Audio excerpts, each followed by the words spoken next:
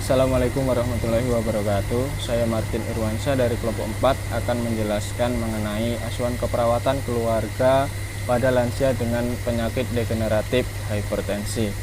Nah, untuk yang pertama yaitu konsep dasar hipertensi. Definisi hipertensi: tekanan darah atau hipertensi adalah kondisi medis di mana terjadi peningkatan tekanan darah secara kronis dalam jangka waktu yang lama. Nah, untuk yang kedua itu etiologi hipertensi, yaitu ada umur atau usia, jenis kelamin, keturunan, obesitas, kurang olahraga, stres, merokok, konsumsi alkohol, garam, dan lingkungan. Untuk yang ketiga, manifestasi klinis, yaitu gejala-gejala hipertensi antara lain pusing, muka merah, sakit kepala, keluar darah dari hidung secara tiba-tiba, tengkuk terasa pegal, dan lain-lain. Untuk penata laksanaannya, yang pertama penata laksanaan non-farmakologik, yaitu dengan diet dan aktivitas sehat. Yang kedua, penata laksanaan farmakologi, hal yang perlu diperhatikan dalam pemberian atau pemilihan obat anti hipertensi: mempunyai efektivitas yang tinggi, mempunyai toksisitas dan efek samping yang ringan atau minimal, memungkinkan penggunaan obat secara oral dan tidak menimbulkan intoleransi. Harga obat relatif murah sehingga terjangkau oleh klien, memungkinkan penggunaan jangka panjang. Nah, untuk selanjutnya asuhan keperawatan dari pengkajian keluarga. Data umum atas nama kartu keluarga Tuan A, usia 41 tahun, alamat dan nomor telepon Bandung RT 1 RW 3, pekerjaan buruh pabrik, pendidikan terakhir SMA, komposisi keluarga suami, istri, anak, dan kakek. Untuk diagramnya bisa teman-teman lihat sendiri di sini. Nah, ini ada genogramnya, bisa teman-teman lihat dan pahami sendiri. Yang selanjutnya ada tipe keluarga extended family, terdiri dari keluarga inti, yaitu dalam suatu keluarga terdiri dari ayah, ibu, anak, dan kakek dari ayah. Suku bangsa, keluarga klien berasal dari suku Jawa atau Indonesia. Kebudayaan yang dianut oleh keluarga tidak bertentangan dengan masalah kesehatan, sedangkan bahasa sehari-hari yang digunakan adalah bahasa Jawa. Untuk selanjutnya agama, seluruh anggota Tuan A beragama Islam dan taat beribadah, sering mengikuti pengajian yang ada di RT, serta berdoa agar Tuan Z dapat sembuh dari penyakit yang dideritanya. Untuk selanjutnya ada status ekonomi. Sumber pendapatan keluarga diperoleh kurang lebih 2 juta per bulan. Kebutuhan yang diperlukan keluarga yaitu makan 750.000 per bulan. Yang kedua, bayar listrik PDAM 200.000, pendidikan 150.000, dan untuk kebutuhan lain-lain 150.000. Jadi total 1.250.000, dan sisanya ditabung untuk kebutuhan yang mendadak. Aktivitas rekreasi. Rekreasi digunakan untuk mengisi kekosongan waktu dengan menonton TV bersama di rumah. Sedangkan rekreasi di luar rumah kadang-kadang ikut rombongan pengajian yang diadakan 1 tahun sekali. Yang kedua, riwayat dan tahap perkembangan keluarga. Tahap perkembangan keluarga saat ini yaitu tahap 4, yaitu keluarga dengan anak usia sekolah. Tahap ini dimulai sejak anak berusia 6 tahun dan berakhir pada usia 12 tahun. Pada fase ini, umumnya keluarga mencapai jumlah anggota keluarga maksimal. Tugas perkembangan sebagai berikut: membantu sosialisasi anak, tangga, sekolah, dan lingkungan, mempertahankan keintiman pasangan, memenuhi kebutuhan biaya hidup. Selanjutnya, tahap perkembangan keluarga yang belum terpenuhi, yaitu tahap perkembangan keluarga yang sudah terpenuhi karena semua anggota melakukan tugas mereka masing-masing dengan baik.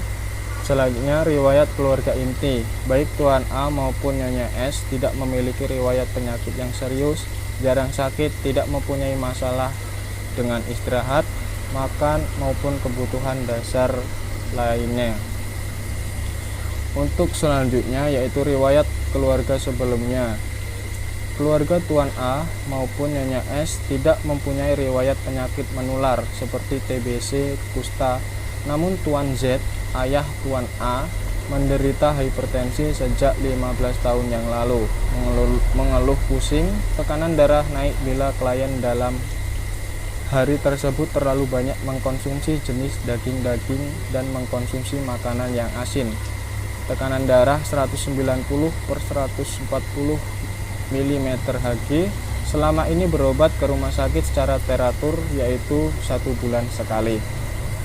Nah, untuk pengkajian lingkungannya, karakteristik rumah luas 8 x 20 mm 8 x 20 meter persegi, jenis permanen, sirkulasi udara cukup baik, pemanfaatan ruangan rumah, perabot tertata rapi, kebersihan ruangan bersih, lantai keramik, jarak septic tank dengan sumur lebih dari 10 meter, sumber air minum air galon, pembuangan limbah melalui selokan, halaman dimanfaatkan dengan tanaman hias, keadaan pekarangan bersih, pembuangan sampah dibakar. Selanjutnya karakteristik tetangga dan komunitas. Hubungan antar tetangga Tuan A baik, saling membantu. Bila ada tetangga yang membangun rumah, dikerjakan saling bergotong royong. Nah, untuk selanjutnya mobilitas geografis keluarga. Tuan A saat ini sebagai penduduk asli Desa Sambung dan tidak pernah pindah rumah. Perkumpulan keluarga dan interaksi dengan masyarakat. Nyonya S mengatakan mulai bekerja pukul 6 pagi sampai 6 sore, yaitu membuka toko peracangan di rumah dan pada malam hari digunakan untuk berkumpul bersama seluruh keluarganya. Nyonya S mengikuti pengajian tiap hari Minggu.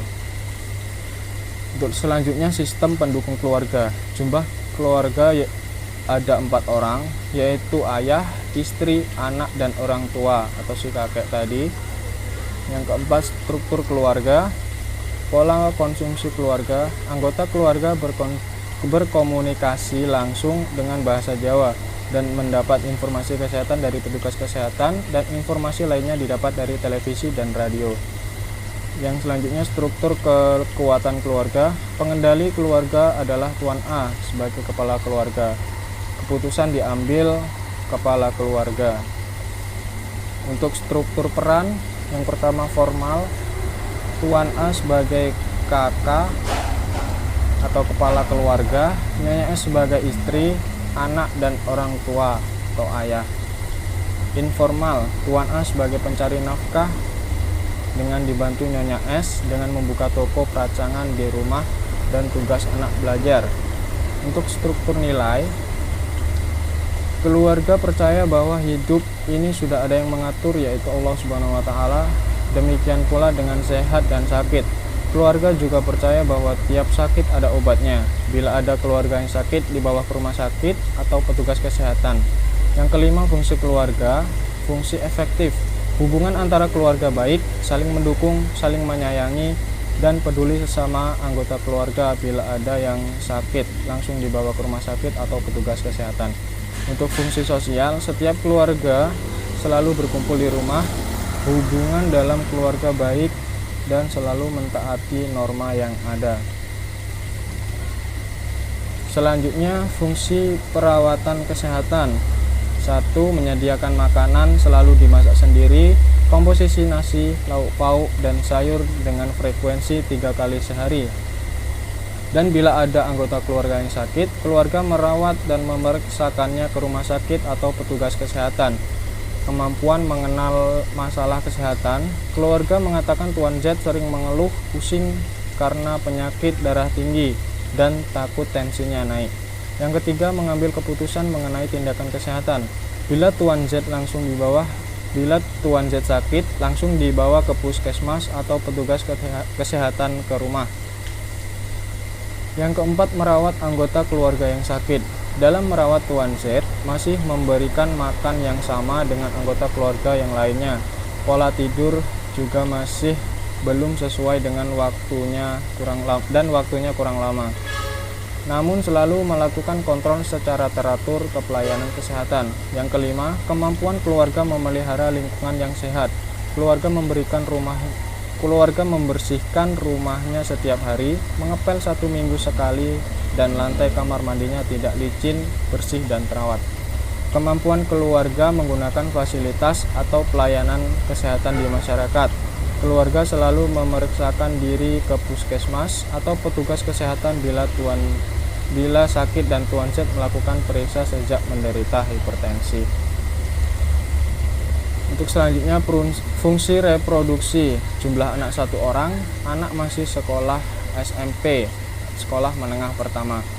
Yang selanjutnya, fungsi ekonomi. Keluarga dapat memenuhi kebutuhan makan 3 kali sehari, pakaian untuk anak, dan biaya untuk berobat. Yang keenam, stres dan coping keluarga. Stresor jangka pendek dan jangka panjang. Yang pertama, stresor jangka panjang. Tuan Z mengatakan sering mengeluh pusing. Yang kedua, stresor jangka panjang. Tuan Z khawatir tensinya bertambah lagi. Kemampuan keluarga berespon terhadap stresor. Keluarga selalu memeriksakan anggota keluarga yang sakit ke puskesmas atau petugas kesehatan.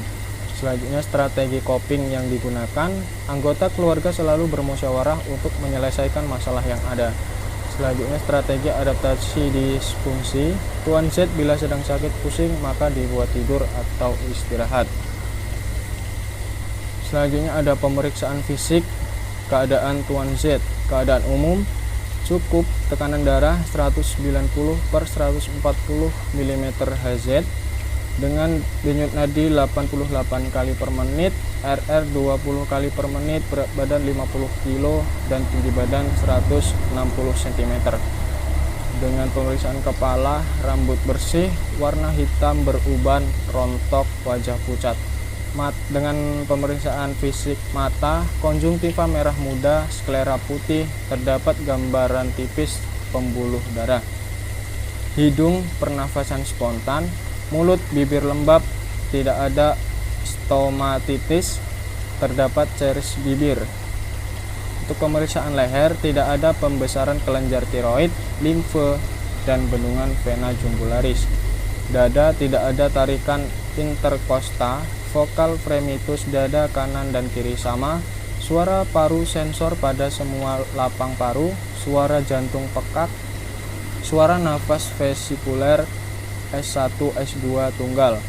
Perut bulat datar, bising usus 12 kali per menit, hepar dan lain tidak teraba. Suara perut timpani, ekstremitas tidak ada udema pada ekstremitas, baik ekstremitas bagian atas maupun ekstremitas bagian bawah. Harapannya, keluarga berharap pada petugas kesehatan agar selalu meningkatkan mutu pelayanan dan membantu masalah Tuan Z. Selanjutnya, mengenai analisa data subjektif, objektif, dan masalah. Untuk data subjektifnya, Tuan Z mengatakan sering mengeluh sakit kepala. Tuan Z mengatakan nyeri skala 2. Keluarga mengatakan kurang memahami cara merawat. Makanan Tuan Z sama dengan keluarga yang lain. Pola tidur Tuan Z tidak sesuai dan kurang dari kebutuhan. Untuk data objektif, Tuan Z terlihat sering memegangi kepala bagian belakang. Wajah Tuan Z kadang-kadang terlihat menyeringai. Tekanan darah 190/140 mm Hg, nadi 88 kali per menit, RR 20 kali per menit dengan masalah nyeri. Yang kedua, kontrol secara teratur. Tuan Z mengatakan khawatir tensinya semakin tinggi. Keluarga kurang memahami cara mengenal masalah Tuan Z yang khawatir tensinya akan bertambah tinggi. Keluarga mengatakan kurang memahami cara merawat Tuan Z. Makanan Tuan Z sama dengan keluarga yang lain. Pola tidur Tuan Z tidak sesuai. Dengan data objektif, Tuan Z terlihat bingung. Wajah Tuan Z kadang-kadang terlihat pucat. Tekanan darah 180/140 mm Hg, nadi 88 kali per menit, RR 20 kali per menit dengan masalah cemas. Nah, ini untuk skala prioritas masalah asuhan keperawatan keluarga. Diagnosa keperawatan keluarga. 1. Gangguan rasa nyaman nyeri berhubungan dengan ketidakmampuan keluarga merawat anggota keluarga dengan hipertensi. Untuk kriteria, sifat masalah tidak atau ancaman kesehatan. Kemungkinan masalah dapat diubah sebagian, potensial masalah untuk dicegah cukup, menonjolnya masalah-masalah berat harus segera ditangani.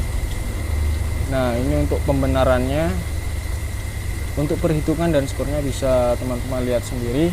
Untuk pembenaran, nyeri kepala yang dirasa karena peningkatan tekanan vaskuler cerebral. Yang kedua, dengan kontrol yang teratur dapat menurunkan tekanan darah. Yang ketiga, rasa nyeri dapat dikurangi melalui pengobatan dan perawatan yang tepat.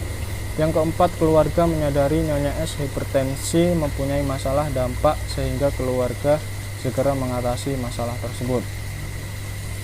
Untuk selanjutnya, diagnosa keperawatan keluarga 2, gangguan rasa aman, cemas terhadap komplikasi berhubungan dengan ketidakmampuan keluarga merawat dan mengenal masalah anggota keluarga dengan hipertensi.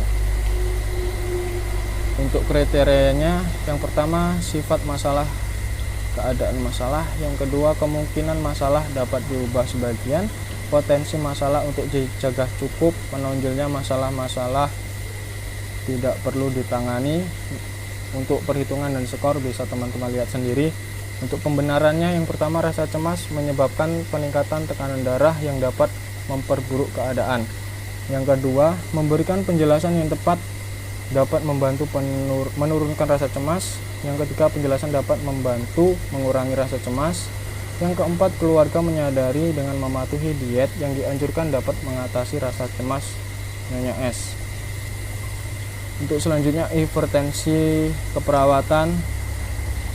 Tujuan dibagi menjadi dua, yaitu umum dan khusus. Untuk tujuan umum, setelah dilakukan tindakan keperawatan, rasa nyeri teratasi atau hilang. Untuk tujuan khusus, setelah dilakukan kunjungan rumah 3 kali, diharapkan keluarga mampu memberikan keperawatan pada Tuan Z dengan nyeri sekunder hipertensi. Untuk kriteria evaluasi, ya ini dibagi menjadi 2, kriteria dan standar. Untuk kriteria demonstrasi, untuk yang kriteria evaluasi standar, keluarga dapat mendemonstrasikan cara mengurangi dan mencegah terjadinya nyeri yang benar dengan teknik relaksasi, kompres dingin pada kepala bagian belakang dan menghindari perubahan posisi secara mendadak dan pengobatan secara teratur. Untuk intervensinya, yang pertama, berikan penjelasan pada keluarga tentang cara mengurangi atau mencegah terjadinya nyeri. Yang kedua, demonstrasikan pada keluarga tentang cara mengurangi nyeri. Yang ketiga, berikan penjelasan pada keluarga tentang diet yang sesuai dengan penderita hipertensi, yaitu diet rendah garam, rendah lemak, dan kolesterol. Yang keempat, anjurkan pada keluarga untuk mengkonsumsi makanan sesuai dengan diet hipertensi. Yang kelima, anjurkan pada keluarga untuk jadwal tidur Tuan Z. Yang keenam, anjurkan pada keluarga memeriksakan Tuan Z secara teratur dan mengkonsumsi obat jika kambuh. Nah, ini lanjutannya tadi. Setelah dilakukan tindakan keperawatan, diharapkan rasa takut teratasi atau hilang. Setelah dilakukan kunjungan rumah 3 kali, diharapkan keluarga mampu memberikan perawatan pada Tuan Z. Untuk kriterianya masih sama, kriteria demonstrasi, adanya usaha untuk tidur sesuai kebutuhan, periksa secara teratur ke pelayanan kesehatan, ungkapan Tuan Z tidak takut, wajah Tuan Z tampak rileks. Untuk intervensinya, yang pertama, berikan penjelasan pada keluarga tentang diet yang sesuai untuk penderita hipertensi, yaitu diet rendah garam, rendah lemak, dan rendah kolesterol. Yang kedua, anjurkan pada keluarga untuk mengkonsumsi makanan sesuai dengan diet hipertensi. Yang ketiga, anjurkan pada keluarga untuk jadwal tidur Nyonya S. Anjurkan kepada keluarga memeriksakan Nyonya S secara teratur. Untuk implementasi keperawatan, diagnosa keperawatan, gangguan rasa nyaman nyeri berhubungan dengan ketidakmampuan merawat anggota keluarga. Untuk implementasinya ada 3. Yang pertama, memberikan pendidikan kesehatan mengenai cara penanganan nyeri. Yang kedua, mendemonstrasikan teknik pengurangan nyeri atau penanganan nyeri. Yang ketiga, memotivasi untuk berobat dan mengkonsumsi obat bila hipertensi kambuh. Respon keluarga, subjektif keluarga Tuan A mengatakan sangat senang bila diberi informasi kesehatan objektif. Keluarga Tuan A memperhatikan dengan baik penjelasan yang diberikan. Untuk diagnosa keperawatan yang kedua, gangguan rasa nyaman cemas terhadap komplikasi berhubungan dengan ketidakmampuan keluarga merawat dan mengenal masalah anggota keluarga dengan hipertensi.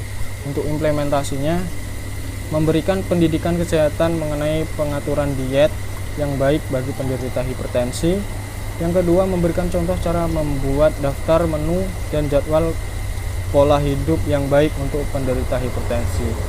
Respon keluarga subjektif, keluarga Tuan A mengatakan sangat senang bisa diberi informasi kesehatan. Objektif, keluarga Tuan A memperhatikan dengan baik penjelasan yang diberikan. Untuk evaluasi keperawatan, yang pertama pada tanggal 17 November 2020 dengan diagnosa gangguan rasa nyaman nyeri berhubungan dengan ketidakmampuan merawat anggota keluarga. Catatan keperawatannya, subjektif, keluarga Tuan A mengatakan sudah memahami masalah hipertensi pada Tuan Z. Keluarga Tuan A mengatakan sudah mengerti teknik relaksasi dan kegunaannya. Keluarga Tuan A mengatakan sangat senang bila diberi informasi. Yang objektifnya, keluarga Tuan A tampak memperhatikan penjelasan yang diberikan perawat. Keluarga Tuan A terlihat mau mempelajari hipertensi. Keluarga Tuan A tampak memperhatikan dan mau melakukan teknik relaksasi. Tuan Z mendemonstrasikan ulang teknik tersebut. Masalah telah teratasi, hentikan intervensi. Untuk yang kedua, pada tanggal 17 November 2020, gangguan rasa nyaman cemas terhadap komplikasi berhubungan dengan ketidakmampuan keluarga merawat dan mengenal masalah anggota keluarga dengan hipertensi. Keluarga Tuan A mengatakan sudah memahami masalah merawat Tuan Z yang sakit hipertensi. Keluarga Tuan A mengatakan senang sekali bisa berdiskusi masalah kesehatan dengan perawat. Tuan Z tanpa memperhatikan penjelasan dari perawat. Keluarga Tuan A aktif bertanya mengenai pola tidur dan pola makan Tuan Z. Masalah telah teratasi dan hentikan hipertensi. Nah, itu dia mengenai penjelasan dari kelompok 4 yang bertema apa tadi? Saya lupa. Yang bertema tentang asuhan keperawatan keluarga pada lansia dengan penyakit degeneratif hipertensi. Apabila yang ada ditanyakan, nanti teman-teman silakan bertanya. Mohon maaf apabila ada salah-salah kata. Sekian dari saya, terima kasih. Assalamualaikum warahmatullahi wabarakatuh.